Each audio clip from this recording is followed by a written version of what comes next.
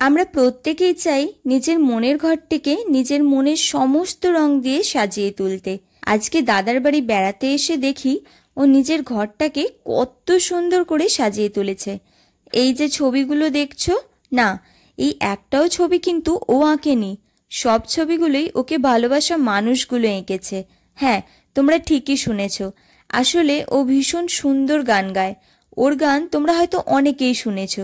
ওর গান ভালোবাসা মানুষগুলো ওকে এগুলো ভালোবেসে নিজের হাতে এঁকে গিফট করেছে। যখন কেউ কিছু নিজের হাতে তৈরি করে গিফট করে তার আনন্দ হয়তো আলাদাই হয়। ও কিন্তু প্রত্যেকটা ছবি খুবই যত্নের সাথে সাজিয়ে নিজের ঘরটাকে সুন্দর করে তুলেছে। শুধু ছবি নয়, নিজের শখের আহ্লাদের ছোটোখাটো অনেক রকম জিনিস দিয়ে নিজের ঘরটাকে নিজের মনের মতো করে তুলেছে। আমি তোমাদের সাথে শেয়ার করতে করতে দেখি, দেখো দুজনে কি গল্পেই না লেগে গেছে।